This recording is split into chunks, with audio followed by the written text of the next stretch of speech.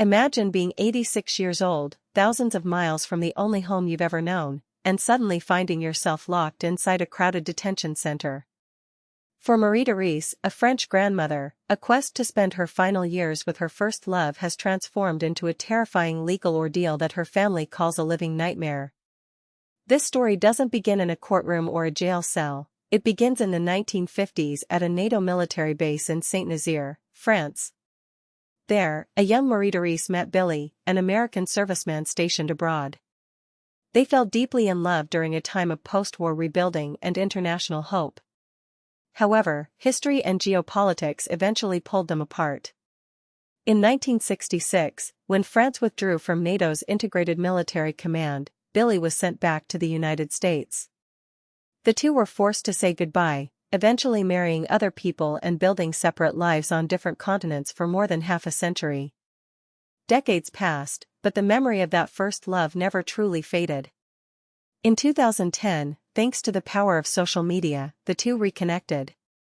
By this time, they were both widowed and living alone. They began talking again, and the spark from the 1950s was immediately reignited. Her family described the pair as being like a couple of teenagers, finding joy in a connection they thought was lost to time. In April of last year, Marie-Therese made the life-changing decision to leave her home in Brittany, France, and move to Anniston, Alabama, to finally be with Billy.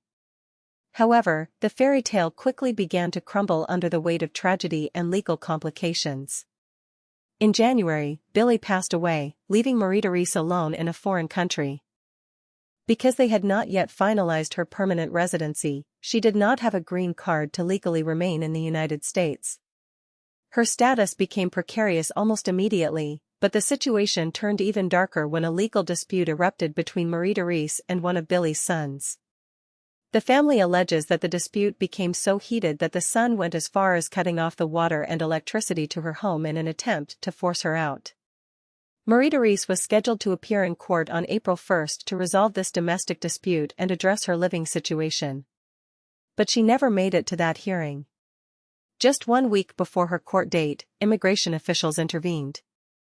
She was arrested and transported to a detention facility in Louisiana. For an entire week, her children in France were left in total darkness, receiving no updates on her location or her well-being. It was only after French consular officials were able to visit the facility that her family finally learned where she was being held. The conditions she faces now are a far cry from the peaceful life she envisioned. Her son reports that she is being held in a room with approximately 70 other detainees.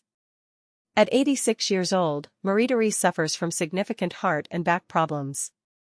Her family is terrified that she simply won't survive the stress, the lack of specialized medical care, and the physical toll of a crowded detention environment.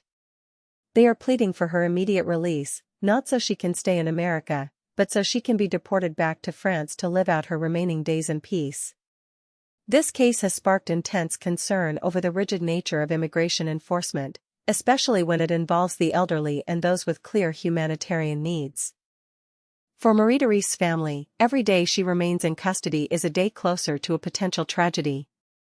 They are calling for urgent intervention to bring her back across the Atlantic before her health fails completely. What was meant to be a beautiful final chapter of a lifelong romance has instead become a desperate race against time to bring a grandmother home.